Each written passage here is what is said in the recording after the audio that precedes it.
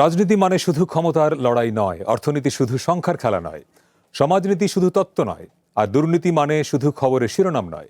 যে কথাগুলো আমরা প্রতিদিন শুনি কিন্তু সহজভাবে বুঝতে পারি না, যে সিদ্ধান্তগুলো আমাদের জীবন বদলে দেয় কিন্তু কেউ সহজ করে বলে না। এখানে আমরা চেষ্টা করব জটিল কথাকে সহজ ভাষায় ব্যাখ্যা করতে, অস্পষ্ট বিষয়কে স্পষ্ট করে তুলতে।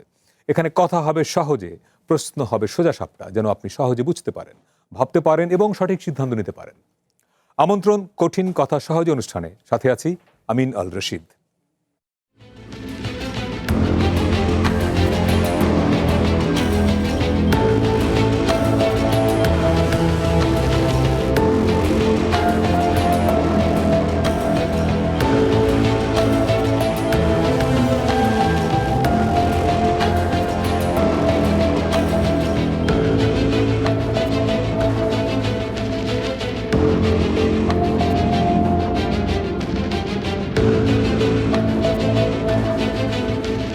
ফ্যাসিবাদী শাসনামলে দুর্নীতি, লুটপাট রাষ্ট্র এবং জনগণকে ঋণগ্রস্ত করে ফেলেছিল। সেই শাসনামল ৩০ লক্ষ কোটি টাকা ঋণের বোঝা নিয়েই বর্তমান সরকার যাত্রা শুরু করেছে। দেশে দারিদ্র্য বেড়েছে, দেশে বেকারত্ব বেড়েছে, নতুন কর্মসংস্থান হয় নাই বললেই চলে। নতুন সরকারের ক্ষমতা গ্রহণের ২.৫ মাস অতিবাহিত হয়েছে। একদিকে ছিল রাজনৈতিক অস্থিরতা, আইন শৃঙ্খলার অবনতি, অন্যদিকে ভঙ্গুর অর্থনীতি। এই পরিস্থিতিতে ক্ষমতা গ্রহণ করে বিএনপি। গতকাল প্রধানমন্ত্রী তারেক রহমান বলেছেন, ৩০ লাখ কোটি টাকা ঋণের বোঝা নিয়ে যাত্রা শুরু করেছে তার সরকার। এই প্রতিকূল পরিস্থিতিতে গত ২.৫ মাসে জনগণের আকাঙ্ক্ষা কতটা পূরণ করতে পেরেছে সরকার? বিএনপির ঘোষিত ৩১ দফার রূপরেখা বাস্তবায়নের পথেই কি সরকার হাঁটছে? জুলাই সনদের ভবিষ্যৎই বা কি?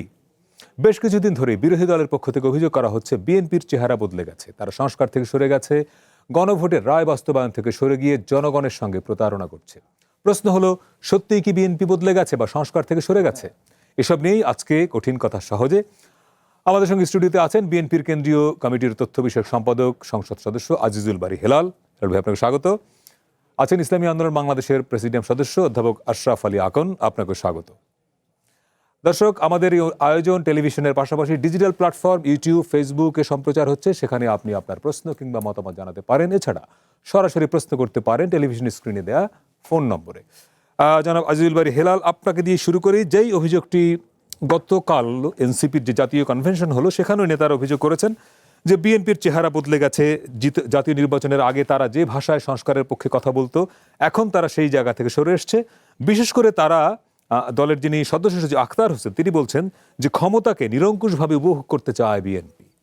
তাই কি, মানে আপনারা ক্ষমতা উপভোগ করতে চাচ্ছেন এখন নির্বাচনের পরে এসে? ক্ষমতা উপভোগ করার বিষয় না, ক্ষমতা হলো একটা দায়িত্ব পালন করতে হয়। এখন আমি স্ট্রংলি প্রোটেস্ট করি যে বিএনপি বদলে গেছে, আবার স্ট্রংলি সাপোর্ট করি যে হ্যাঁ, আসলে বিএনপি বদলে গেছে। আচ্ছা, আমরা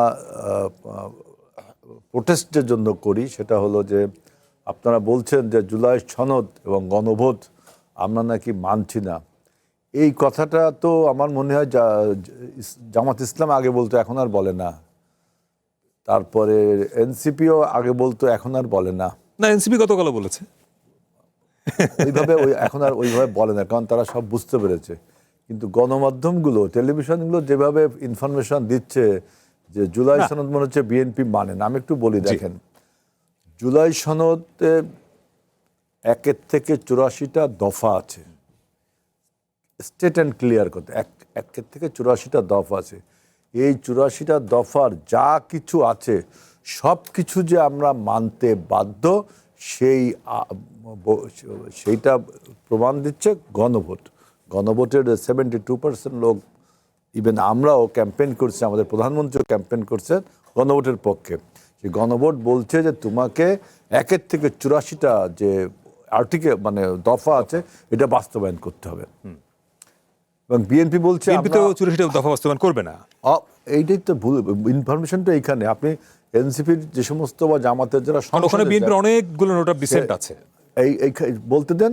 এনসিপি এবং জামাতের যদি কোনো সংসদ থাকতো, তাহলে বলতে পারতো যে আসলে বিএনপি একমাত্র দল যারা ১ থেকে ৮৪টা মানতে বাধ্য, কারণ পিপুলস উইল, নিজস্ব কমিটমেন্ট। আমরা শুধু ৮৪টা দফা, letter to letter, even the punctuation, like আপনার ডট, কমা, সেমিকলন, সব everything we will maintain and fulfil. আপনার কিভাবে ইমপ্লিমেন্ট হবে, এই 84টা দফা কিভাবে বাস্তবায়ন হবে, সেটা গণভোট বলছে যে বাস্তবায়ন করতে হবে। কিভাবে বাস্তবায়ন করতে হবে জুলাই সনদে পরিষ্কার করে লেখা আছে। জুলাই সনদের 1 থেকে 47 অনুচ্ছেদ নম্বর ক, সেখানে লেখা রয়েছে যে 1 থেকে 47টি দফা আপনাকে সংবিধান সংশোধন করিয়া বাস্তবায়ন করিতে হইবে। সেই সংশোধনের জন্য আমরা গত কনক্লুডিং সেশনে একটা কমিটি করেছিলাম। আনফর্চুনেটলি আপনার বিরোধী দল এখনো বলছে দে আর টেকিং ডিসিশনস যে whether they will go or not. মানে 5 জন সদস্যের নাম চেয়েছেন আপনি। হ্যাঁ, তার মানে কি আমাদের কর্ডিয়ালিটিটা দেখেন।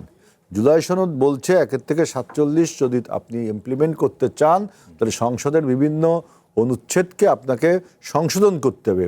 সেই জন্য আপনারা 5 জন সদস্য, আমাদেরও 5 জন সদস্য, 6 জন সদস্য এটা বসে ঠিক করবেন। তারা এখনো সদস্য দেয়নি, তাহলে কর্ডিয়ালিটিটা নেই কার আপনি বলেন? তারা তো সংবিধান সংস্কার পরিষদ চাচ্ছে। এইটা আমি বলি, সংবিধান সংস্কার পরিষদের কথা জুলাই সনদের কোথাও দেখাতে পারবেন না আপনার। ইভেন বাস্তবায়ন আদেশে আছে। হ্যাঁ, এইবার আসেন বাস্তবায়ন আদেশ। জুলাই সনদ বাস্তবায়ন আদেশে বলতেছে জুলাই সনদ উইদিন ব্র্যাকেট সংবিধান সংস্কার বাস্তবায়ন আদেশ, তাই না? এই যে বাস্তবায়ন আদেশটা, এই আদেশে যে সংস্কার পরিষদ মানে কনস্টিটিউয়েন্ট করতে হবে, এটা কি আপনি কোনো দলের সাথে আলোচনা করেছেন? বিএনপির সাথে বা জামাতের সাথে বা এনসিপির সাথে? আমরা বিএনপির সাথে যে করেনি, এই জন্য ওই আদেশ যেদিন জারি হয়েছিল ওই দিনই বিএনপি প্রেস ব্রিফিংয়ের মাধ্যমে এটার তীব্র প্রতিবাদ করেছিল। প্রতারণা বলেছে, ওদিন প্রতিবাদ করেছিল, সংসদে আমরা বলেছি প্রতারণা। ওদিন আমরা প্রতিবাদ করেছি যে এই জুলাই সনদ আদেশ বাস্তবায়ন যে আদেশটা আপনি কোন এখতিয়ার বলে দিলেন। এটা নিয়ে অনেক বক্তব্য যে আপনার জুলাই সনদ আদেশ প্রেসিডেন্ট দিতে পারে কি পারে না, যেহেতু 73 সালে একবার জুলাই সনদ আদেশ দিয়ে আমাদের সংবিধানের যাত্রা শুরু হয়ে গেল, সেই সময় থেকে ওটা ভয়েড অ্যাব ইনসিউ হয়ে গেছে, অর্থাৎ জন্ম থেকেই ওটা অবৈধ। জন্মের মানে এমন ভাবে যে সেটা জন্ম হয় নাই, জন্মের পরেই জন্ম হয় নাই। এখন আরেকবার এটা এই আদেশ দেওয়া যেতে পারে না। এখন এই আদেশ যদি আপনি দেনও, তাহলে অন্য দলের সাথে কথা বলতে হবে যে সংবিধান সংস্কার পরিষদ করতে হবে। জুলাই সনদে কিন্তু সংবিধান সংস্কার পরিষদ নেই। সুতরাং আমরা জুলাই সনদে যা কিছু সব মানছি, এটা এনসিপিও বুঝছে, জামাতও বুঝছে, এবং এই নিয়ে একটা কমিটিও করেছি আমরা, সেখানেও তারা ঐক্যমত হয়েছে যে জুলাই সনদের বিষয়টা এটা মিস ইনফরমেশন। জুলাই সনদে আরেকটু ডিটেইল আমরা একটু পরে যাব। আমি জাস্ট যে প্রশ্ন দিয়ে শুরু করেছিলাম যে বিএনপি বদলে গেছে, এই অভিযোগটা শুধু জামাত না, এনসিপি, ইভেন আমরা দেখলাম যে গত শনিবার এবি পার্টির একটি সম্মেলনেও একই অভিযোগ এসছে। অর্থাৎ আপনাদের যারা অপোনেন্ট তারা প্রত্যেকেই বলতে চাচ্ছে যে নির্বাচনের আগে আপনারা সংস্কারের ব্যাপারে যেই জায়গাটায় ছিলেন, নির্বাচনের পরে আর সেই জায়গায় নেই। তারা রেফারেন্স টানছেন জনাব সালাউদ্দিন আহমেদের বক্তব্য যে তারা আপোষ করতে বাধ্য হয়েছেন। বাংলাদেশে এলো এই প্রথম টাচলেস আরএকে সেন্সেশন ওয়াটার ক্লোজেট। না, এই জায়গাটা কিন্তু আবারও মিস ইন্টারপ্রিটেশন হচ্ছে। সালাউদ্দিন ভাই যেটা বলছেন যে জুলাই সনদে আপনার এই যে অর্ডারটা, সেই অর্ডারটা আমরা প্রতিবাদ করেছি, কিন্তু প্রতিবাদটা একবার দুইবার বিশেষ করে প্রেস ব্রিফিংয়ের মাধ্যমে, কিন্তু স্ট্রংলি কেন করলাম না? যেমন জুলাই সনদের বিভিন্ন ব্যাপারে নোট অফ ডিসেনশনের ব্যাপারে আমরা খুব স্ট্রং ছিলাম। এখন জুলাই সনদ আদেশ যখন জারি হলো, সেই আদেশের ব্যাপারে আমরা খুব সফট প্রতিবাদ করলাম। এর কারণে তিনি বলছেন, দেখেন নির্বাচনটা নিয়ে আনসার্টেনিটি তৈরি হয়েছে, সবাই জানেন নির্বাচন হবে কি হবে না। নির্বাচনের আগের দিন পর্যন্ত টকশোতে বলা হচ্ছে, বিভিন্ন টকশোতে বলা হচ্ছে আসলে কি আদৌ নির্বাচন হবে, এবং আপনারা সবাই জানেন নির্বাচন নিয়ে একটা আনসার্টেনিটি ধোঁয়াশা ছিল। এখন এই আনসার্টেনিটির মধ্যে আমরাও, বিএনপিও কিন্তু সেই পারসেপশনের থেকে দূরে ছিল না, যে এখন একটা নতুন নতুন কোশ্চেন এই consensus committee headed by Ali Riaz তিনি তুলছেন। আমরা তখন বুঝতে বাকি থাকছে না যে নির্বাচনকে পিছিয়ে দেওয়ার জন্য বা আনসার্টেন করার জন্য বিভিন্ন রকম তকমা তারা এখন তোলা শুরু করেছে, বিভিন্ন রকম আর্গুমেন্ট দেওয়া শুরু করেছে। সেজন্য আমরা বলছি, তখন আমরা এইসব বিষয়ে প্রতিবাদ করার পরে আমরা কিছু করে নেওয়ার কাইন্ড অফ আপোষ করেছি যে only to hold the election, it was important for the Nations. কিন্তু যারা এইসব নিয়ে খেলছিল, বিশেষ করে কনসেনসাস কমিটি, তাদের জাতি এবং দেশের প্রতি যদি খুব বেশি দরদ থাকতো তাহলে কিন্তু এখন তারা থাকতো। এই জুলাই সনদ বাস্তবায়নের জন্য বা জুলাই সনদের ব্যাপারে আমাদের আরও ব্যাখ্যা দিতে পারতো। তারা একটা লিখিত পেপার ধরিয়ে দিয়ে প্লেনে করে দৌড়ে চলে গেছে। তাদের যদি দরদ থাকতো এইসব বিষয় তাহলে থাকতো আমাদের এটা বুঝাই দেওয়ার জন্য। আমরা তখন বুঝছিলাম যে ষড়যন্ত্রটা কিভাবে হচ্ছে। এই জন্য আমরা এই জুলাই সনদ আদেশের ব্যাপারে আমরা প্রতিবাদ করেছি, আমাদের প্রতিবাদটা জারি রেখেছি, কিন্তু ওই জায়গাটা এই বিষয়ে আরেকটু আসবো, আরো ডিটেল যাবো। আমি একটু জাস্ট জনাব আশরাফ আলী আকন, আমি সে শুরুর প্রশ্নেই যাই যে আসলে আপনারা বিএনপির সঙ্গে জাতীয় ঐকমত্য কমিশনে দিনের পর দিন মাসের পর মাস বৈঠক করেছেন।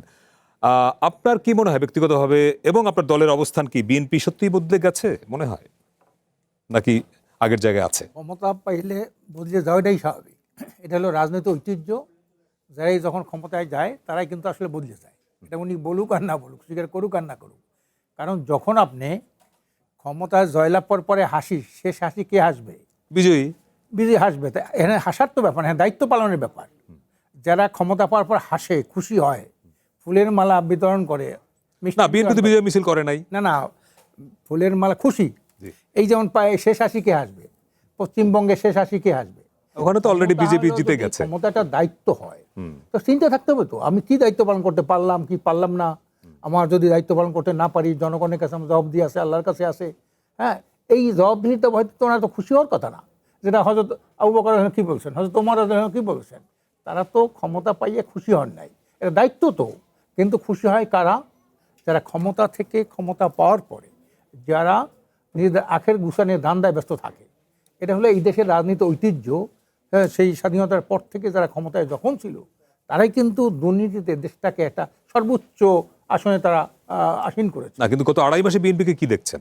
না, মাত্র তো 2.5 মাস, জি। কিন্তু ইতিমধ্যে যেটা দেখতে পাওয়া যায়, তো সংসদে শুনি, কথা শুনি, একটা গালগপ্প এবং যে ধরনের আলাপ আলোচনা হয় এতে দেশ ও জাতির কিছু আসে যায় না।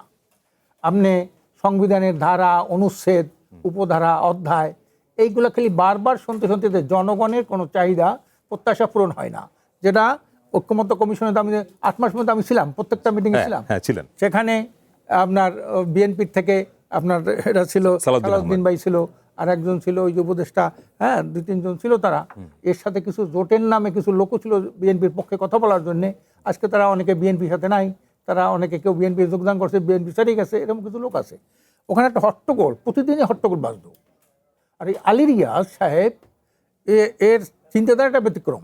আমি তো প্রোটেস্ট করছি যে আপনি কিন্তু এই দেশটাকে একটা গোল বাজাই যাবেন গিয়া। হ্যাঁ, আমি ওনাকেই বলছি, খালি স্পষ্ট বলছি। আপনি সেটা কেন মনে হতো আপনাদের? উনি একটা দলের দিকে তাকাই কথা বলে। মানে সে কোন দল? কোন দল যারা ক্ষমতা এসে তারা বড় দল হিসাব আছে না, ও বিএনপির দিকে তাকায় কথা বলতো? তাই কথা বলছে না, কিন্তু সে এখন তো বিএনপি আলী রিয়াদের সবচেয়ে বেশি সমালোচনা করছে। না, এটা তো করবে। যেমন খলিলের, ডক্টর খলিলকে সবচেয়ে বেশি সমালোচনা আমাদের সালাউদ্দিন ভাই করতেন না, সে পররাষ্ট্র মন্ত্রী হলো না। দেখেন, সবচেয়ে বেশি তো ই করলো খলিল।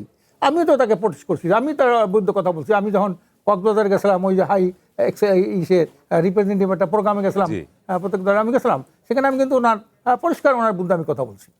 তারপরে এই শফিক আছে যে প্রেস সচিব, তার বিরুদ্ধে আমি কথা বলছি, ওইখানেই কথা বলছি যে আমরা দেশটা একটা অতল সাগরের বাসায় দিয়ে যাবেন গিয়ে আপনারা যা করতেছেন, ওই যে এটা যা করছে, মঈনুদ্দিন ফখরুদ্দিন করছে, আওয়ামী লীগের হাতে ক্ষমতা বসায় দিয়ে ভাগছে, আপনারা কিন্তু এই সেফ এক্সিট করার জন্য এই কামটা করতেছেন। আপনারা মানে কি, মানে ঐকমত্য কমিশন বিএনপি থেকে ক্ষমতা বসানোর জন্য কাজ করেছে। সেখানে ওই আছে যে আপনারা নির্বাচনের পদ্ধতিটা কেমন হবে, সেখানে কিন্তু একটা পিয়ারের উপরে একটা পয়েন্ট আছে। আমরা পিয়ারের উপরে দাবি জানাইলাম যে পিয়ার নিয়ে 95 দেশে পিয়ার আছে, খুব ভালো সিস্টেম আছে, এইটা আছে, এইটা। ওই বিষয়ের এজেন্ডাই আনলো না, আনতেছে না, আলোচনায় আনতেছে না। আমাকে বললো যে আপনারা লিখিত একটা দেন, প্রস্তাব। হ্যাঁ, প্রস্তাব দেন। আমরা লিখিত একটা প্রস্তাব দিলাম। কবে আনবে, আজকের না কালকে না পরশু, এরকম করতে করতে শেষ হয়ে যায়। যখন আনেই না, তখন আমি পরেশ কলাকার দ্বারাই সবচেয়ে বেশি আমার হয়েছে ওখানে, দেখছেন বোধহয়। আমি বললাম যে আপনারা ব্যর্থ, আপনার দেশটাকে একটা জঞ্জালের মধ্যে ফেলে গেলেন। আপনারা বিদেশি ইঙ্গিতে চলেন, এই দেশের চোখের দিকে তাকাই কথা বলেন। আপনারা কিন্তু এই যে তার মানে নির্বাচনের পরে বিএনপি যে ক্ষমতায় এলো, এটাকে তাহলে দেশ জঞ্জালে পড়ে গেল এখন এরকম? ওনাদের এই জঞ্জালটা সৃষ্টি করছে ওনারা। ওই যে বলছে যে এখন যদি আমরা নির্বাচনে ওনাদের এই কথা না মানি, তাহলে নির্বাচনে কেউ আসবে না হয়তো। তখন এইটাকে হেকমতের সাথে, কৌশলের সাথে আমরা এটা বলেছি। এটা তো বিএনপি বলে, অনেকেই তো বলছে। হাফিজ ভাইও তো এক সময় যখন স্পিকার হওয়ার আগে উনি প্রথম এইটা শুরু করছেন, তারপরে আমাদের না, এক একটা দলে এক একটা কৌশল থাকবে যে নির্বাচনটি হওয়া দরকার ছিল, এটাও তো সত্য। কিন্তু আমার যে প্রশ্নটা ছিল যে 2.5 মাসে আপনারা তো বিএনপিকে অবজার্ভ করছেন, নিশ্চয়ই একটা সরকারকে মূল্যায়ন করবার জন্য 2.5 মাস অনেক সময় না। কিন্তু এই যে জামায়াত, এনসিপি এবং এবি পার্টির তরফ থেকে সম্প্রতি একই শব্দটা বলা হচ্ছে বারবার যে বিএনপি বদলে গেছে। আমার প্রশ্নটা সেই জায়গাটায়, আসলে বিএনপি বদলে গেছে মানে সেটা আপনাদের মনে হয় কি? আমি শোনেন, যখন দলে থাকে তখন একটা কথা আছে, দলে থাকলে সঙ্গী, দল বাদ দিলে জঙ্গি। এই যে ডাক্তার ইরান আছে একসময় বিএনপির সাথে এমন কথা বলতো, ওইখানে সালাউদ্দিন জানা কথা আছে, ইরান বেশি বলতো। তারপর হলো ওই যে কি কয় এলডিপির ওলি আহমেদ, না আরেকজন ওই যে সেলিম ভুঁইয়া, হ্যাঁ এরা সবচেয়ে বেশি কথা বলতো। আর কয়েকজন আছে 4-5 জন। তারপরে এই বব্বুই হাদ্দাস, হ্যাঁ তার যে সেক্রেটারি ছিল, তারপর জুনায়েদ সাকি, তারপর হলো ওই যে কমরেড এরা সাইফুল হক, এরা মানে টোটাল বিএনপি যেটা বলতো তার চেয়ে বেশি পক্ষে কথা বলতো বিএনপির কথা। এরা একই সাথে যে আগেই একটা আন্ডারস্ট্যান্ডিং হয়েছে। নুরু মাঝে মাঝে এদিক বলতো না, মাঝে মাঝে ওদিক বলতো। হ্যাঁ নুরা এগুলো কি রাজনৈতিক কৌশল না? বিএনপি একটা বড় দল, সেই দলের সঙ্গে থাকবার জন্য তারা তো সেই অবস্থানটা নেবেই না। আদর্শ যদি দলের না থাকে তাহলে আমি তো সেলিম ভাই বললাম, সেলিম ভাই পরে যোগ দিয়েছে আমার কয়েক ভাই, আপনি যে বললেন আমি তো আমার কোনো আসন দিলেন না, 2-1টা আসন পাওয়ার জন্য ওইখানে টোটাল ঝামেলাটা সৃষ্টি করবো এরা, এই সব বুরং পার্টি। হ্যাঁ জামাত থেকে এক থাকতে আরো বেশি সিট পাইতেন। আমরা তো 35+ আমাদের ছিল, এবং সবাই বলে এরা, এই ফখরুল ভাই তো সেদিন বলছে 35+ কি আসন আপনি পেতেন, তারপর পান নাই তো? না এটা তো আমরা তো ওই জোটে নাই। আচ্ছা, জোটে থাকলে আমরা যদি জোটে, মানে একটা বিশাল একটাই হয়ে গেছে না। ওনার যেখানে প্রার্থী, উনি যেখানে প্রার্থী হয়েছে খেলাফত মজলিসের একটা লোক, সে তো কোনো দলেই করে না, নায়েবে আমির, সে তো ওই যে জামাতের ভোট পাইছে। এইটা তো আমাদের, এই আসনটা ছিল আমাদের, এরকম কিছু আশায় আমাদের ছিল, ওই আসনটাই আমাদের ফিক্স ছিল আর কি, এর সাথে যেটা। তারপরে এরকম অনেক আসন আছে যেখানে আমাদের ফিক্স ছিল, তো সেখানে কিন্তু ওই জোট থেকে বের হওয়ার কারণে নীতি আদর্শ ঠিক রাখার জন্য আর ওই জোটে থাকতে পারলাম না। বেরোয় গেলেন কেন? এই জোটের আহ্বায়ক হলেন পীর সাহেব চরমোনাই। ওয়ান বক্স পলিসি, যেটা ওয়ান বক্স পলিসি, যে আসে না আমরা সবাই মিললা, দেশটা তো এত বছর পরিবর্তন হয়, এত বছর স্বাধীন হলো, দেশ জাতি মানবতার কোনো সত্যিকারের মুক্তি আসলো না। আমরা বিশ্বাস করি ইসলাম ছাড়া মানবতার মুক্তি নেই। আসে না আমরা সবাই মিললে এইবার ঐক্যবদ্ধ। না, কিন্তু আপনারা তারপরে জামাত ইসলামকে ইসলাম বলে স্বীকার করেন না, তাহলে ইসলাম এক বাক্সে আসবে কি করে? আসলেন কেন? না সেটা বলতেছি তো, তখন না স্বীকার করে, তা তো আল্লাহর আইন চাই, সৎলোকের শাসন লেখছে না, আকিমুদ্দিন লেখছে না, পরে পরিবর্তন করছে। আর ঠিক হয়েছে না পরে যখন বুঝতে পারলাম যে না, তারা একটা অন্যের ইন্ধনে চলতেছে। আমেরিকার অ্যাম্বাসিতে যাই একটা তাহের সাহেব বলতেছে, অ্যাম্বাসিডার বলতেছে, তোমরা মৌলবাদের সাথে একটা জোট করছো। মৌলবাদ তো মৌলবাদ তো সব দেশে মৌলবাদ আছে, এই ইন্ডিয়া যেমন মৌলবাদ আছে। সে বলে না মৌলবাদ না, এক্সট্রিমিস্ট। কে বলে এক্সট্রিমিস্ট? ওই তাহের আপনাদের? হ্যাঁ, ওইটা কিন্তু তখন কিন্তু আমাদের জোটের মধ্যেই আছে। উনি একটু একদম বাড়াই বলে আইলো, ওইটা পত্রিকা আসছে তো। ওইটা এমনি করে যখন ওই যে ব্রিটেনের একটা মহিলা বললো যে আপনারা কীভাবে দেশ চালাইবেন, তারা বলে যে আমরা প্রথিত আইনি দেশ চালাবো। তো প্রথিত আইনি দেশ চালাবো, এই জন্য তো তাদের সাথে জোট করলি। এই ইসলামী দলগুলা এই যে নাইটাইটা আইসি তো পরে, কিন্তু আমরা যারা জোট করছি আমরা ইসলামকে রাষ্ট্রীয় ক্ষমতা নেব এই কারণে। কিন্তু সেইখানে যদি উনি বলে যে আমরা তো প্রচলিত আইনি দেশ, মানে জামাত ইসলাম থেকে কিন্তু বিচ্যুত হয়ে গেল। আপনি দেখেন আপনার মতে, তা তো ইসলাম থেকে বিচ্যুত হয়ে গেল বারবার। একবার দুইবার না এরা। আজকে আরেকটা দেখেন, আমাদের জোটটা করছি, বিএনপি একটা বড় শক্তি, তার অল্টারনেট হিসেবে, কাউন্টার হিসেবে তো আমরা এটা করছি, নয়দলীয় এটা করলাম প্রথম।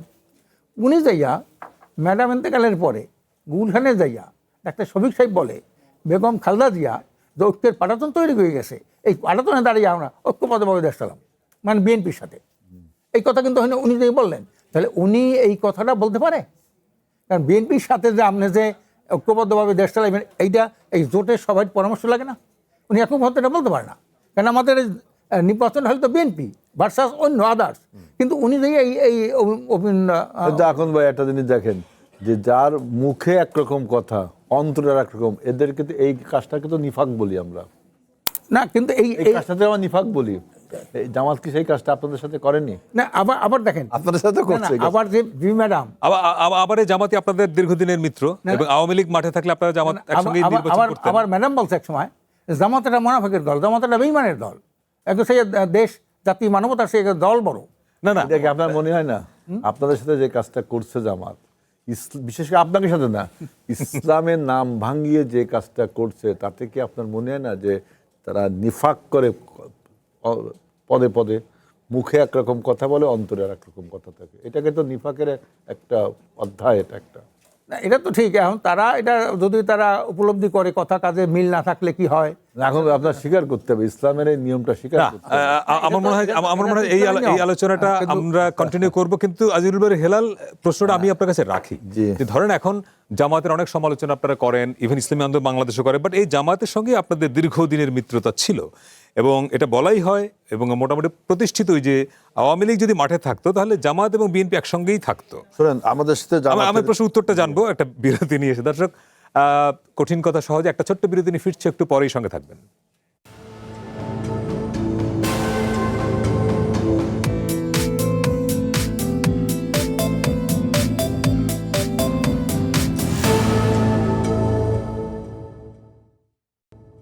বিরতির পরে আবারও স্বাগত কঠিন কথা সহজে। যদিও কঠিন কথা সহজ করে বলা খুব কঠিন, আমরা চেষ্টা করছি। আমাদের সঙ্গে আজকে আছেন আজিজুল বারী হেলাল, সংসদ সদস্য এবং বিএনপি নেতা, এবং আছেন ইসলামী আন্দোলন বাংলাদেশের প্রেসিডিয়াম সদস্য আশরাফ আলী। এখন জনাব আজিজুল বারী হেলাল, বিরতির আগে প্রশ্নটা ছিল এরকম যে আপনারা এখন সরকারি দল জামাত বিরোধী দলে, কিন্তু একসময় জামাত এবং বিএনপি ছিল রাজনৈতিক মিত্র যখন আওয়ামী লীগ বাংলাদেশের রাজনীতিতে ছিল বা ক্ষমতায় ছিল। এখন আমরা দেখছি যে আপনারা জামাতের বিরুদ্ধে প্রচুর কথা বলেন, জামাতও আপনাদের বিরুদ্ধে প্রচুর কথা বলে। এখন এই যে একটা চেঞ্জ, যে জামাত এবং বিএনপির মধ্যে যে একটা কি বলা যায় বিরোধ তৈরি হলো, এটাও কি বিএনপির বদলে যাওয়ার নয়? That is the political beauty. আপনারে বলি, বিএনপির সাথে জামাতের কখনো ইডিওলজিক্যাল কোনো মিল ছিল না। আমাদের সাথে সবসময় ইস্যু ভিত্তিক ঐক্য হয়েছে, একটা ইস্যুকে সামনে রেখে, যে we have to step down Hasina, so আমরা একসাথে আন্দোলন করব, আমরা হাসিনাকে, ওই ফ্যাসিবাদকে নির্বাচনে পরাজিত করবো, অর্থাৎ আমরা নির্বাচনে একসাথে ভোট করব। অর্থাৎ এগুলো বলে ইস্যু ভিত্তিক আলোচনা। প্রথম বিশ্বযুদ্ধে যারা যারা পক্ষ বিপক্ষ ছিল, দ্বিতীয় বিশ্বযুদ্ধে দেখা যাচ্ছে পক্ষ বিপক্ষ এক, আর একটা শক্তি আর একটা। দ্বিতীয় বিশ্বযুদ্ধে আমেরিকা রাশিয়া একসাথে, আজকের কি অবস্থা? অর্থাৎ ইস্যু ভিত্তিক মানুষের ঐক্য হয়। ইডিওলজিক্যাল যদি ঐক্য হয় তাহলে তো সব একাকার হয়ে যায়, বাকশাল হয়ে যায়, তাই না? যে ইডিওলজিক্যাল দিয়ে আমরা পলিটিক্সটা করি, অর্থাৎ এটাকে আপনি যদি পলিটিক্যাল ঐক্য বলেন তাহলে কিন্তু এটা একটা ভুল কথা। মানে আমার এই চরম কথাটা যে কোনো রাজনীতিবিদের সাথে আমি এই নিয়ে আলোচনা করতে পারি, যে আপনি পলিটিক্যাল ঐক্য, তার সাথে আমার একটা ইস্যু নিয়ে ঐক্য হয়েছে, যে আমরা সবাই মিলে চালের দাম কমাতে হবে সরকারের, অর্থাৎ মাঠে আন্দোলন করব আমরা সবাই, এটা ইস্যু ভিত্তিক। কিন্তু তার মানে এই না যে আমার জাতীয়তাবাদ এবং তার ইসলামী শাসনতন্ত্র টোটালি এগ্রিগেশন অ্যামালগামেট করছে, তা না। কিন্তু তার মানে আদর্শগত কোনো ঐক্য জামাতের সাথে আমাদের হয়নি। জামাতের সাথে ইস্যু ভিত্তিক ঐক্য আওয়ামী লীগেরও হয়েছে না? আদর্শগত ঐক্য হয়েছে সেম আমাদের। কিন্তু আপনার বারবার বলেন জামাত বিএনপি দীর্ঘদিনের মিত্র, কারণ জামাত আওয়ামী লীগ তো মিত্র ছিল না? জামাতের সাথে ওনাদেরও মিত্র ছিল, ইস্যু ভিত্তিক মিত্র ওনারা করেছিল, আদর্শগত মিত্র করিনি। যদিও উনিও ইসলাম, জামাতও ইসলাম, কিন্তু ইসলামের বিভিন্ন আকীদা নিয়ে ওনাদের সাথে পার্থক্য থাকা সত্ত্বেও তারা ইস্যু ভিত্তিক ঐক্য করেছেন, আদর্শগত ঐক্য তারা করেছেন না। অর্থাৎ এই জিনিসটা আপনাকে বুঝতে হবে। তার মানে জামাত ইস্যুতে বিএনপির অবস্থান বদলায়নি। বাংলাদেশে এলো এই প্রথম টাচলেস আরএকে সেন্সেশন ওয়াটার ক্লজেট। এই বিএনপি বদলে গেছে যেটা বলছেন, ভালো দিকটা বলি। মনে রাখবেন যে change is the unchanging law, it is the universal truth. Change is the unchanging law, পরিবর্তনই অপরিবর্তনশীল ধর্ম। এটা সৈয়দ মুস্তফালের একটা বিখ্যাত উপন্যাস, বই আছে, পরিবর্তনে অপরিবর্তন, বইটা পড়লে দেখবেন পরিবর্তন হবেই। আল্লাহ নিজেই বলছেন, তাই না? পৃথিবী পরিবর্তন হবে, একমাত্র আল্লাহ তার অস্তিত্ব থাকবেন, তার অস্তিত্ব থাকবে, আর পৃথিবী সব কিছু শেষ হয়ে যাবে, পরিবর্তনই হবে। এখন আমাদের ভালো যে পরিবর্তনটা দেখেন, আমরা অতীতের সমস্ত ইতিহাস, ভালো ইতিহাস সবই বন্ধ, অ্যাপার্ট ফ্রম দ্যাট আমরা গত 2.5 মাসে আমাদের যে অ্যাচিভমেন্ট, সেটা দেখেন যে আমরা একটা সংসদ যে সংসদটা ছিল শূন্য থেকে অবস্থান, স্পিকার নেই, ডেপুটি স্পিকার নেই, সেখান থেকে বিরোধী দল যারা জিতেছে তাদের সাথে একটা হারমোনিয়াস কোঅপারেশন করে আমাদের একটা বেসরকারি সদস্যদেরকে মেম্বার করে সংসদটা চালু রাখতে হয়েছে এবং স্পিকার নির্বাচন করে সংসদটা চালু হয়েছে। এবং সংসদের বক্তব্যগুলো দেখেন, আশরাফ আলী আকন্দ ভাই বলছে যে ওইখানে কি আলোচনা হয়। আমি ওনাকে ইনভাইট করছি যে উনি সংসদের গ্যালারিতে যে অনুষ্ঠানগুলো দেখেন বা সংসদের সাথে সংসদ টিভিতে লাইভ দেখানো হয়, লাইভ দেখান, দেখবেন ফলে এটা গ্যালারিতে যাওয়া জরুরি না।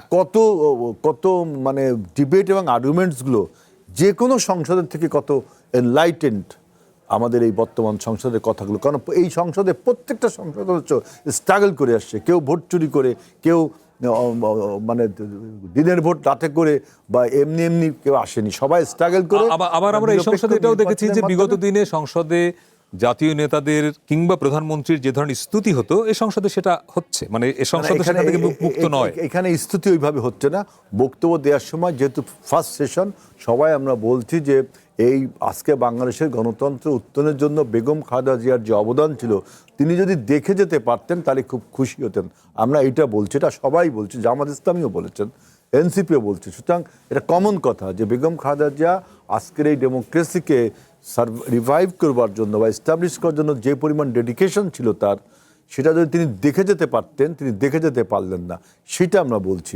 আবার আমরা কিন্তু আওয়ামী লীগের সময় যেমন সংসদে দেখেছি যে প্রধানমন্ত্রীকে নিয়ে গান লেখা হয়, এই সংসদে প্রধানমন্ত্রীকে নিয়ে কবিতা লেখা হয়েছে। কে কবিতা লিখে? স্বয়ং চিফ হুইপ কবিতা পড়েছেন তো প্রধানমন্ত্রীকে নিয়ে। তা আমি শুনিনি, হয়তো আমি সব দেখিনি। এইগুলো মাননীয় প্রধানমন্ত্রীও কিন্তু এগুলো পছন্দ করেন না। তিনি তার কনক্লুডিং বক্তব্যে বলেছেন যে জনপ্রিয় বক্তৃতা বা জনপ্রিয় কাজ সবাই করতে পারে, অনেক রাজনীতিবিদরা জনপ্রিয় বক্তৃতা দিতে পারে, জনপ্রিয় কাজও করতে পারে, কিন্তু অ্যাজ এ প্রাইম মিনিস্টার আমাকে সঠিক কাজটি করতে হবে।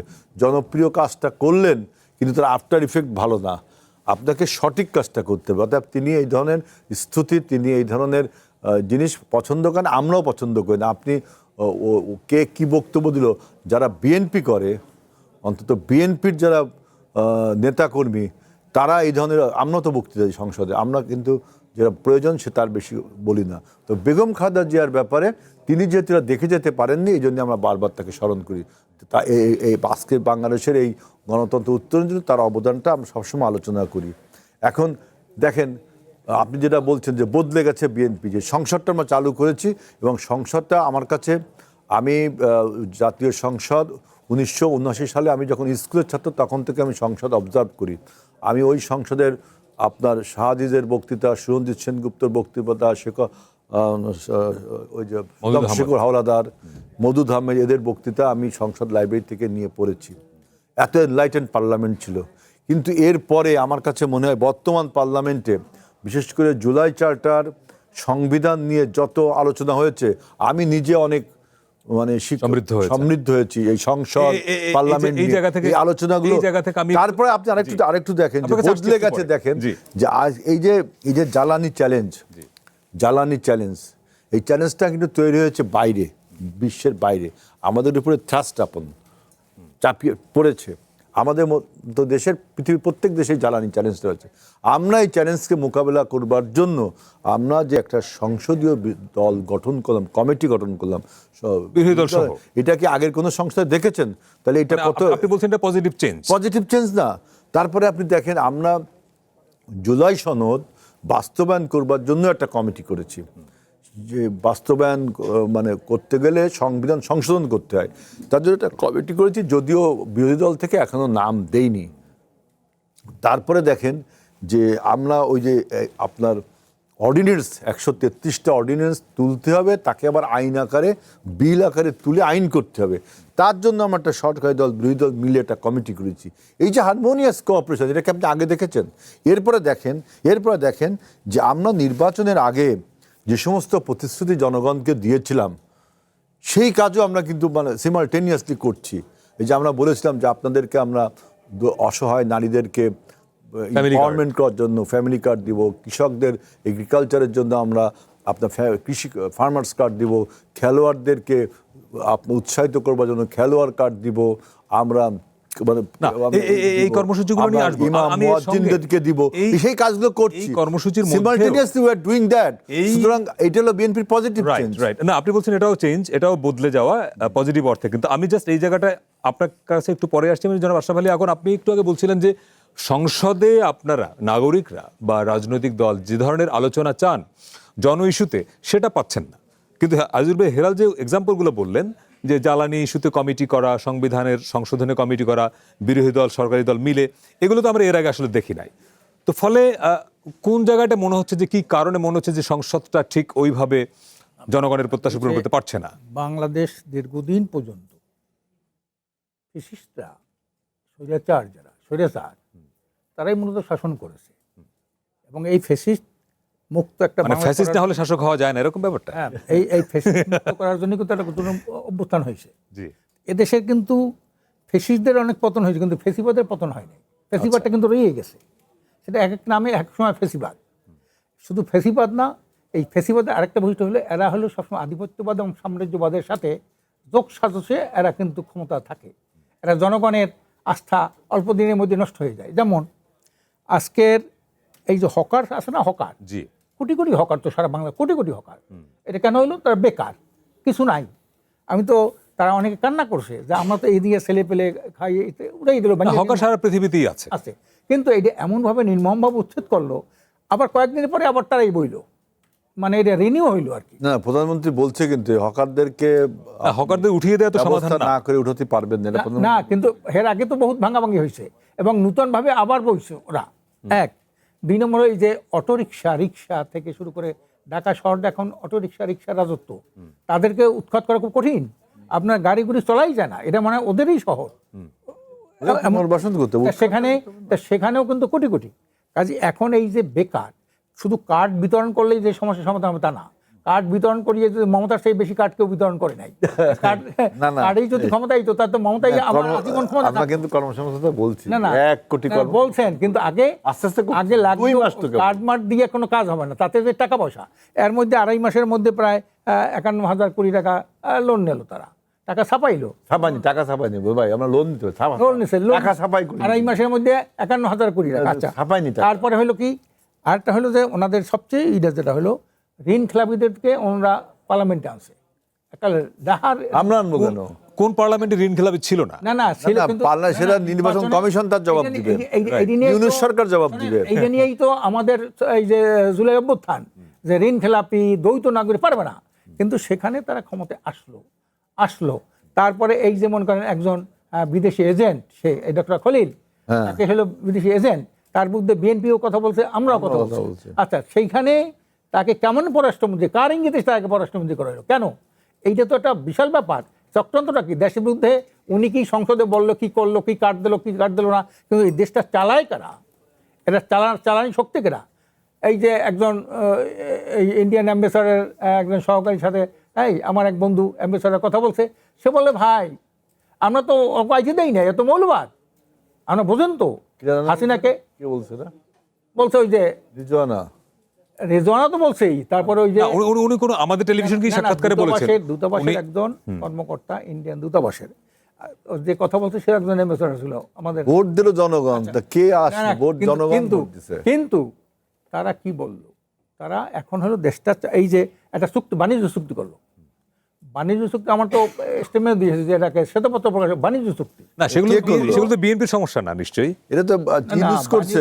ইউজ করলে সে 3 দিন আগে করে যায়, কেন 2 দিন আগে? ক্ষমতা ছাড়া 2 দিন আগে এখন প্রশ্নটা ইউনুসকে জিজ্ঞেস করেন না কেন? না, হেনিস তো পালাইছে। তাইলে না, ইউনুস পালাইছে, ইউনুস তো রাষ্ট্রীয় প্রোটোকলে আছে। না, কোন ইউনুস পালান না। না, সে তো গেছে কবে। আপনার ইউনুস সাহেব ক্ষমতা এখন বড় আমরা প্রশ্নটা করতে পারি যে আপনারা এই বাণিজ্য চুক্তির বিষয়ে বিএনপির অবস্থানটা কি? একজন সংসদ সদস্য তখন ওরা প্রোটেস্ট করলো না, আমরা তো করছি এই সময়, তখন বিএনপি শক্তভাবে প্রোটেস্ট করতো এই চুক্তি আমরা মানি না, তখন তো ইউজ করতে পারতো না। এই প্রশ্নটা আমি জনাব আজিজুল ভাই হেলাল আপনাকে করি যে একজন সংসদ সদস্য সংসদেই দাবিটা তুলেছেন যেন এই বাণিজ্য চুক্তিটা পার্লামেন্টে তোলা হয়, এবং এই চুক্তির বিষয়ে বিএনপির অবস্থানটা এখন পর্যন্ত পরিষ্কার না। 14,000 কোটি টাকা বোয়িং কিনবো আমরা, বোয়িং সাপ্লাই দেবে 31 সাল আপনাকে প্রতি বছর 2,000 কোটি টাকা দিতে হবে তাদের। আচ্ছা, তারপরে হলো 738টা বিষয় হলো আমাদের স্বার্থ, আর ওদের হলো 7,010 এইটা করবো, এইটা করবা, কার সাথে কোন দিকে পণ্য আনবা, ওনার অনুমতি নিয়ে পণ্য আনতে হবে আমার। মানে এই যে একটা গোলামি চুক্তি করিয়ে গেল ইউনূস যাওয়ার আগে, ওই একজন লোকে মরছে, হ্যাঁ মরার পরে কয় কি যে আমার ওই জমি নিয়ে দ্বন্দ্ব হইতো, আমার ওই সীমানা নিয়ে দামন করবি।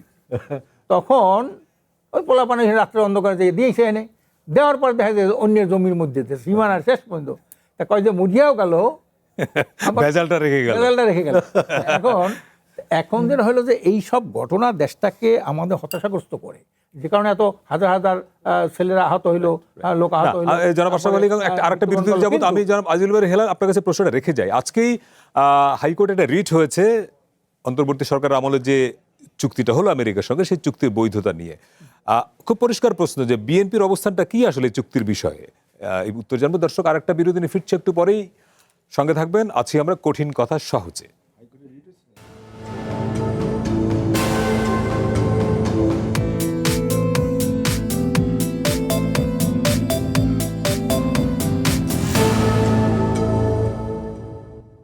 বিরতির পরে আবারও স্বাগত কঠিন কথা সহজে। আজকে আমরা কথা বলছি বিএনপি বদলে গেল কিনা সেই প্রসঙ্গে। আমাদের সঙ্গে আছেন জাতীয় সংসদ সদস্য এবং বিএনপির নেতা আজিজুল বারী হেলাল, এবং আছেন ইসলামী আন্দোলন বাংলাদেশের প্রেসিডিয়াম সদস্য আশরাফ আলী আকন।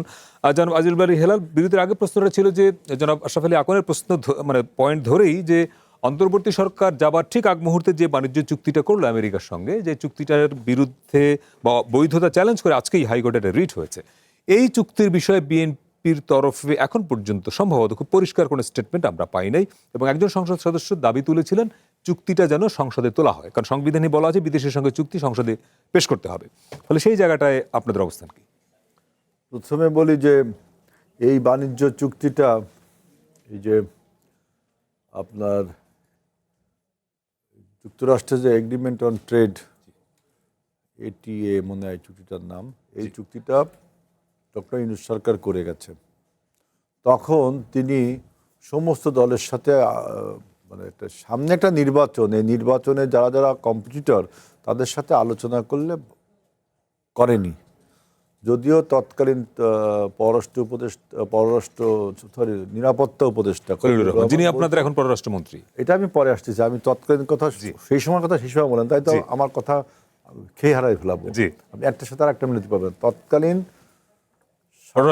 নিরাপত্তা উপদেষ্টা বলেছিল যে দলগুলোর সাথে কথা হয়েছে, সমস্ত দলগুলোর সাথে, ইভেন তাদের দলের সাথেও মনে হয় না, আমরাও তো বলছি না, আমরাও তো বলছি বলা হয়নি, এরপর থেকে উঠেছিল। এখন আমাদের সাথে আমরা জানি না যে আমাদের সাথে কথা হয়নি। একটা আউটগোয়িং গভর্নমেন্ট কখনো এই ধরনের চুক্তি করতে পারে না, এটা ঠিক। এখন যে চুক্তিটা হয়েছে এটা international pact between USA and Bangladesh. এই ইন্টারন্যাশনাল প্যাক্টকে আপনি আউটরাইট রিজেক্ট করতে পারেন না। আপনি you lived in a global village, আপনি আউটরাইট কিছু রিজেক্ট করতে পারেন না।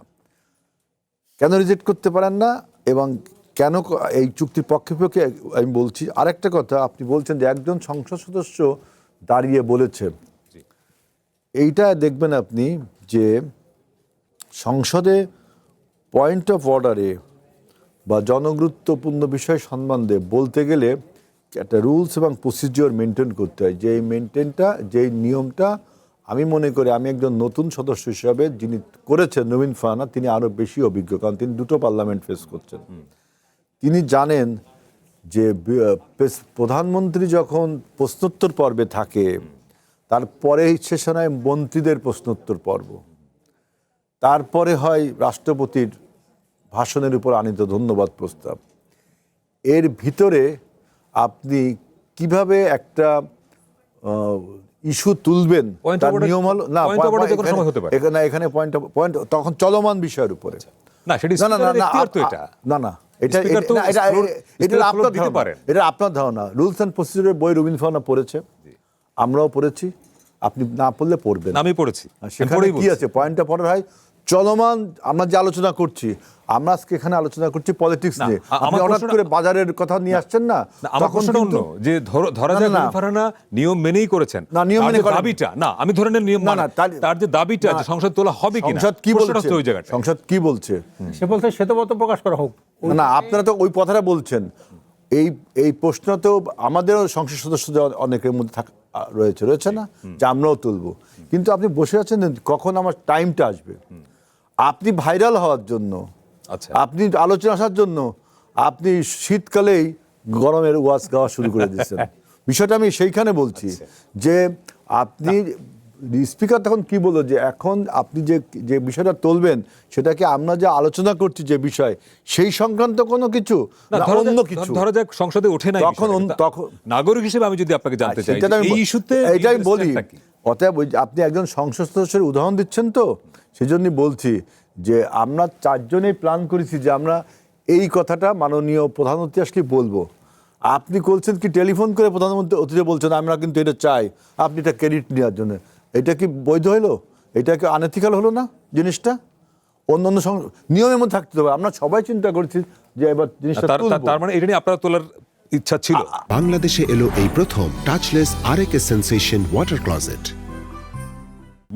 কেউ তুলতো তো, কেউ না কেউ তুলতো না, তো। কিন্তু উনি ধরেন ওনারটা বিধি বহির্ভূত হয়েছে, তার মানে কি? আপনারা কেন না, তুললেন না? একজন অভিজ্ঞ যিনি দুইটা না, ধরা যাক তারটা বিধি বহির্ভূত, আপনারা কেন তুললেন না? আপনার কেন তুলতে? আমাদের সেই সময়টা আসতে হবে তো। প্রধানমন্ত্রী পার্লামেন্ট সেশন তো শেষ। কনক্লুডিং সেশন সেটা। আপনি দেখেন তো চালাকিটা তো এইখানে যে আপনি আজকেই পার্লামেন্টে, উনি যদি জানে যে আজকে পার্লামেন্ট শেষ, তাহলে ওনার একটা নোটিশ দেওয়া উচিত ছিল। জানে যে আমাকে নোটিশ দিলে ধরেন, এই অধিবেশনে 25টা কার্য দিবস ছিল, এর মধ্যে আপনারা সময় পান না বিষয়টা তোলার? তিনি পাননি। আমরা তাকে তার হিসেবে বাদ দিলাম। তাই এবার আমরা আপনাকে জিজ্ঞেস করছি যে এবার আসেন, আপনারা কেন করেন তো নাই? খলিল, এবার আসেন কথা। শোনেন যে এবার আসেন, খলিল, এখন দেখেন খলিল হলো চুক্তিটা কি। পররাষ্ট্রমন্ত্রী। এখন চুক্তিটা কি? প্রশ্নটা তো ওই জায়গাটাই কি? এবার চুক্তির কোশ্চেন করি। আপনারা একজন সংসদ সদস্যকে না, আমরা ওনার প্রশ্ন মাইলেজ বাদই দেই। দিচ্ছেন তো? না, আমরা ওনাকে সেই বাদ দিয়ে যদি মাইলেজটা আলোচনাটা করি। বাদ দিয়ে আলোচনা করি যে বাণিজ্য চুক্তিটা কিসের চুক্তি ছিল? এটা যে যুক্তরাষ্ট্র এবং বাংলাদেশের মধ্যে একটা ট্রেড ডেফিসিট আছে, আপনার হিউজ গ্যাপ, তাই না? জি। আমরা যত জিনিস যুক্তরাষ্ট্র থেকে ক্রয় করি তার থেকে বেশি ক্রয় করে যুক্তরাষ্ট্র আমাদের কাছ থেকে। এটা একটা ট্রেড ডেফিসিট, একটা বাণিজ্য ঘাটতি। যুক্তরাষ্ট্র করছে কি, এই বাণিজ্য ঘাটতি যে সমস্ত দেশের সাথে আছে সে সমতা করবার জন্য বিভিন্ন দেশের ট্যারিফ ইম্পোজ করছে। আমরা তখন দেখতাম tariff war is going on across the globe.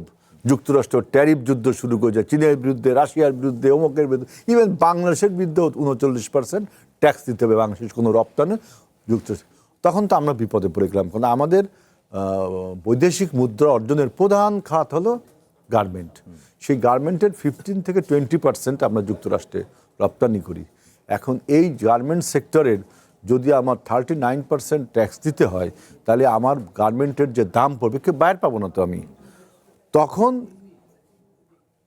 আমি ইউনুস সরকারের এই চুক্তি করাটা আমাদের সাথে আলোচনা করে করা উচিত ছিল। আমি এখন যারা বলছি, এখন আমাদের সরকার এই চুক্তিটা নিয়ে, যে যেমন আমেরিকা বলছে যে আমার কাছে তুলা কিনলে আপনি যে গার্মেন্ট বানাবেন সেটা 0% ট্যাক্স।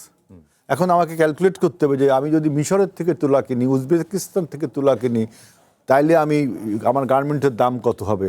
আর যদি তার থেকে আবার 39% ট্যাক্স দিই, পণ্যর দাম কত হবে। আর আমেরিকার থেকে কিনে 0% ট্যাক্স, তখন পণ্য এই অনেক অঙ্ক করতে হবে। অতএব এই যে আমাদের এই অর্থনৈতিক এই ক্যালকুলেশনটা, আমাদের ডিপ্লোম্যাটিক একটা নেগোসিয়েশন হবে আমেরিকার সাথে।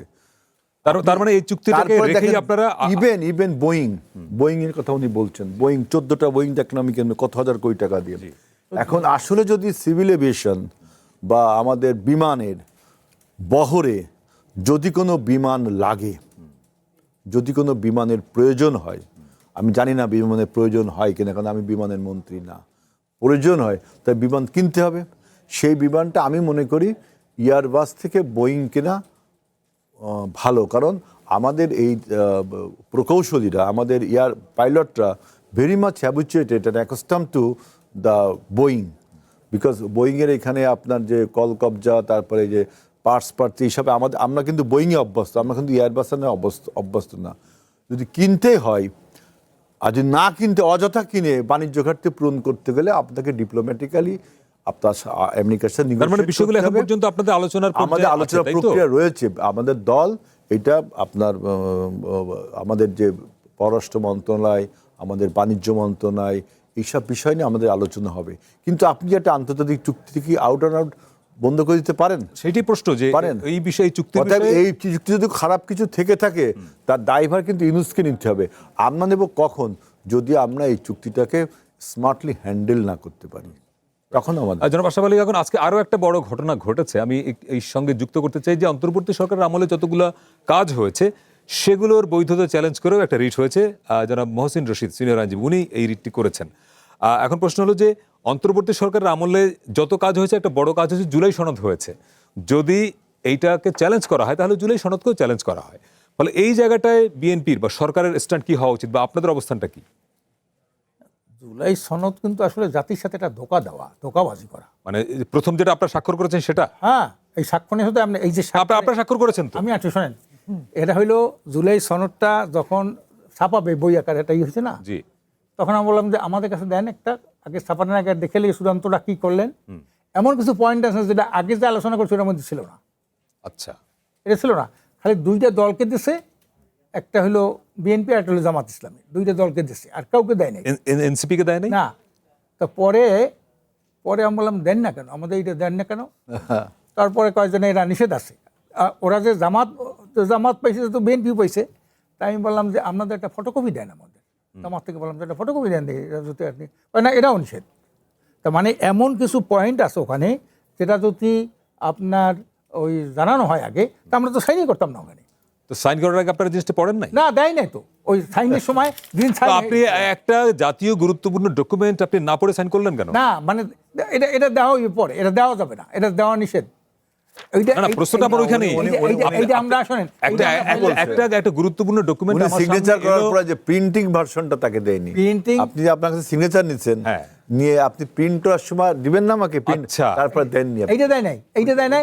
ওনারা ওইখানে যাওয়ার পরে ওই বই দিল, ওই যেটা হলো প্রিন্টিং আবার আমাদের যেটা দিছে, আমরা যা সিগনেচার করি তার সাথে একমত না, এই। তার সাথে এক না।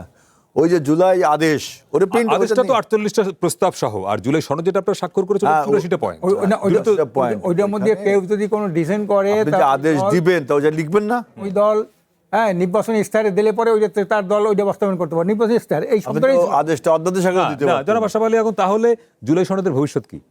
কিছু না। কারণ বাস্তবায়ন হবে। এই দেশের রাজনীতির কোনো ভবিষ্যৎ নাই, ও রাজনীতির ভবিষ্যৎ নাই? গণতন্ত্রের ভবিষ্যৎ নাই, আচ্ছা। ক্ষমতার কোনো ভবিষ্যৎ নাই। আচ্ছা। এটা তো উনি জানে।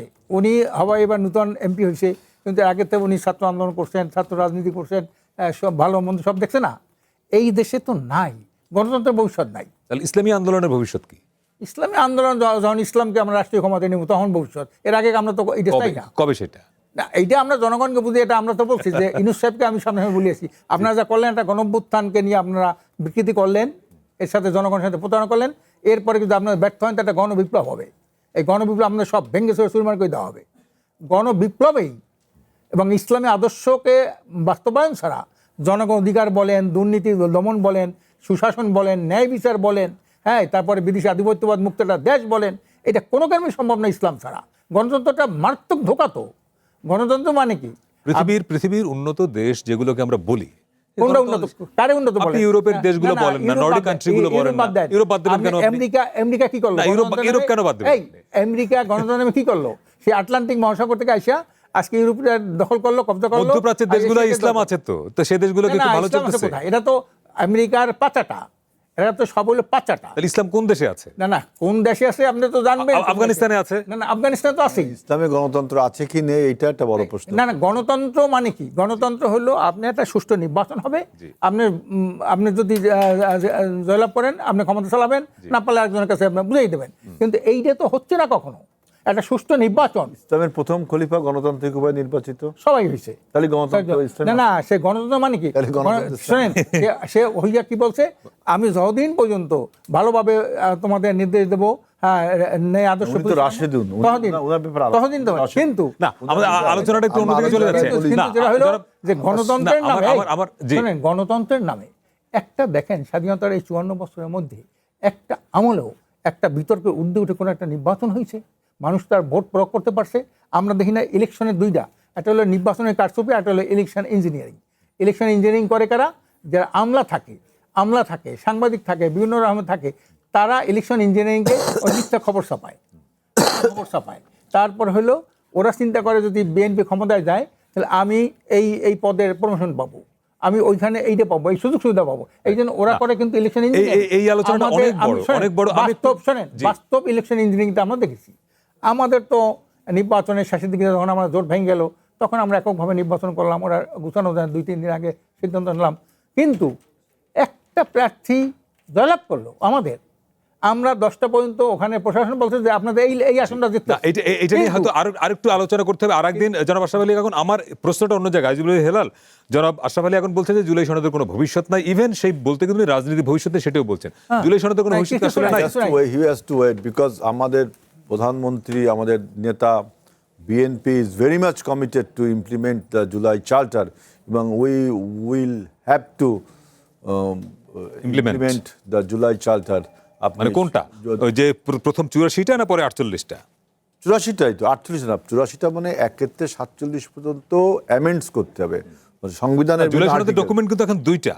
আপনারা যেটা স্বাক্ষর করেছেন 84টা প্রস্তাব সহ, 84টা আর পরে যেটা প্রস্তাব, জুলাই সনদের আদেশে কিন্তু প্রস্তাব 48টা। না, আদেশে হলো আপনার, আদেশটা হলো যে গণভোট অধ্যাদেশ আদেশ এবং সংবিধান সংস্কার পরিষদ না, বাস্তবায়ন আদেশ। দ্বিতীয়বার যেটা সরকার গেজেট আকারে প্রকাশ করেছে সেখানে কিন্তু প্রস্তাব 48টা। না, প্রস্তাব 48টা না, 84টা আছে আপনার। 48টা বিষয় সংবিধান একমত। সম্পর্কিত, সংবিধান সম্পর্কিত 48টা, কিন্তু যেটা সংবিধান প্রয়োজন হচ্ছে না, executive order, president order, ordinance বা আইন তার মানে আপনারা চেঞ্জ করা যায়। জুলাই সনদের যে 84টা আমরা যেটা স্বাক্ষর করেছেন, যায় 20টির দিনে স্বাক্ষর করেছে, সবকিছুই মানবো। এবং আপনার ওই যে গণভোট যে রায় দিয়েছে, হ্যাঁ জয়যুক্ত হয়েছে, হাতে বলা হয়েছে যে এটা আপনাকে মানতে হবে, আমরা সেটা মানবো। নোট অফ ডিসেনশন যেগুলো আছে, সে আমার একটু বলতে আমাদের শেষ করতে হচ্ছে। আমরা সেই প্রত্যাশা করছি বিএনপি জুলাই সনদ মানবে, তাদের বাস্তবায়ন চলছে অলরেডি। আচ্ছা, ঠিক আছে, অলরেডি চলছে, এটা তারপরে বিএনপি বদলে যায় না, বদলে যাবে না। অনেক ধন্যবাদ আজিজুল হেলাল এবং আশরাফ আলী আকন। আজকের মতো এখানেই শেষ করছি। আমরা চেষ্টা করেছি জটিল বিষয়গুলোকে সহজ করে বলতে, কারণ সুশাসন, সুব্যবস্থা, গণতন্ত্র টিকে থাকে প্রশ্নে, আর পরিবর্তন আসে বোঝাপড়ায়। সময় এখন আপনার ভাববার, প্রশ্ন করবার। কাল আবারও দেখা হবে। শুভরাত্রি।